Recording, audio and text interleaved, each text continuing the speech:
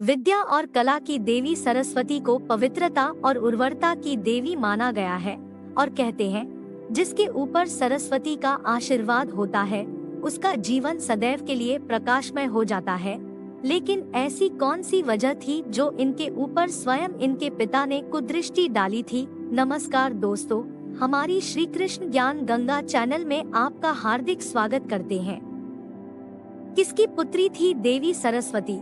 हमारे सृष्टि की रचना करने वाले ब्रह्मदेव माता सरस्वती के पिता थे। सरस्वती पुराण में इस बात का उल्लेख मिलता है कि ब्रह्मदेव ने सृष्टि का निर्माण करने के बाद अपने वीर्य से सरस्वती जी को जन्म दिया था। इनकी कोई माता नहीं है, इसलिए यह ब्रह्मा जी की पुत्री के रूप में जानी जाती थी। वहीं मत्स्य पुराण के अनुसार ब्रह्मा के 5 सिर थे। जब उन्होंने सृष्टि की रचना की तो वह इस समस्त ब्रह्मांड में बिल्कुल अकेले थे। ऐसे में उन्होंने अपने मुख से सरस्वती, सांध्य, ब्राह्मी को उत्पन्न किया।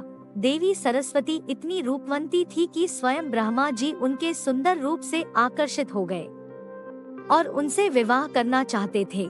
किंतु जब माता को इस बात की भनक लगी तो वह ब्रह्मा जी से बचने के लिए चारों दिशाओं में छुपने लगी, लेकिन उनके सारे प्रयत्न विफल हुए। अंत में उन्होंने हार मान ली और उन्हें ब्रह्मा जी के साथ विवाह करना पड़ा।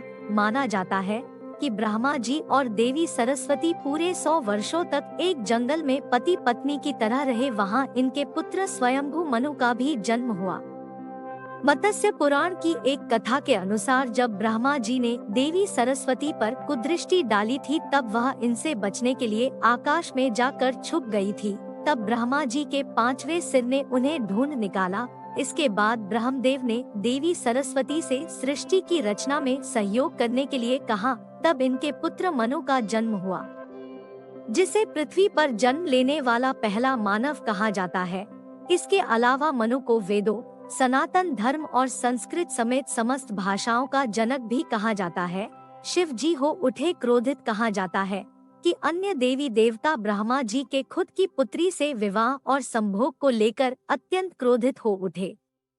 उनकी नजर में यह घोर पाप था। तब सभी मिलकर देवों के देव महादेव के पास गए और ब्रह्मा जी को दंडित करने के लिए कहा, जिसके बाद शिव जी ने उनके 5वें सिर को उनके धड़ से अलग कर दिया। माना जाता है कि ब्रह्मा जी का 5वां सिर हमेशा अपवित्र और अभद्र बातें करता था। वहीं एक दूसरी कथा के अनुसार एक बार शिव जी ब्रह्मा जी के पास गए, तब उनके 4 शीश ने शंकर जी का अभिनंदन किया, किंतु 5वें ने शिव जी से कुछ उटपटांग कह दिया, जिसे सुनकर भोलेनाथ को क्रोध आ गया और उन्होंने ब्रह्मदेव के 5वें सिर को काट डाला। नहीं करते लोग ब्रह्मा जी की पूजा ब्रह्मा, विष्णु और महेश को त्रिदेव के नाम से जाना जाता है। इनमें से विष्णु जी और शिव जी की पूजा समस्त संसार करता है, किंतु ब्रह्मदेव की पूजा को वर्जित माना गया है। इसके पीछे की कहानी इस प्रकार है। एक बार ब्रह्मदेव ने संसार की भलाई के लिए यज्ञ का आयोजन करने का सोचा।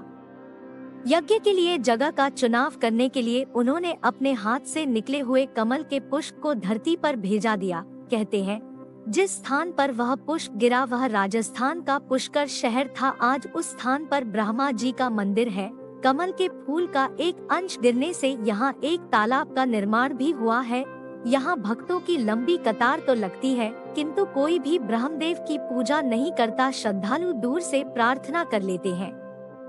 कहा जाता है कि यज्ञ का स्थान मिलने के बाद ब्रह्मा जी वहां पहुंच गए, किंतु उनकी पत्नी सरस्वती को वहां पहुंचने में विलंब हो गया। ब्रह्मदेव ने सोचा कि कहीं यज्ञ का शुभ मुहूर्त न निकल जाए, इसलिए उन्होंने एक स्थानीय ग्वाल बाला से शादी कर ली और यज्ञ में बैठ गए।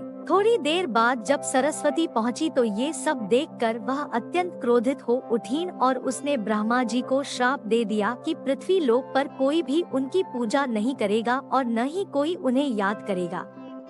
देवी सरस्वती का क्रोध देखकर सभी देवता घबरा गए और उनसे शांत रहने के लिए प्रार्थना करने लगे। इतना ही नहीं, सभी देवताओं ने देवी से अपना श्राप वापस लेने को कहा, किंतु उन्होंने ऐसा नहीं किया। जब उनका क्रोध शांत हुआ तब उन्होंने कहा कि जिस स्थान पर कमल का पुष्प गिरा था सिर्फ वहीं ब्रह्मदेव की पूजा होगी। अन्य किसी भी स्थान पर अगर उनकी आराधना या उनका मंदिर बना तो वहां का विनाश हो जाएगा। आपको हमारे द्वारा दी गई जानकारी कैसी लगी हमें कमेंट के माध्यम से जरूर बताएं।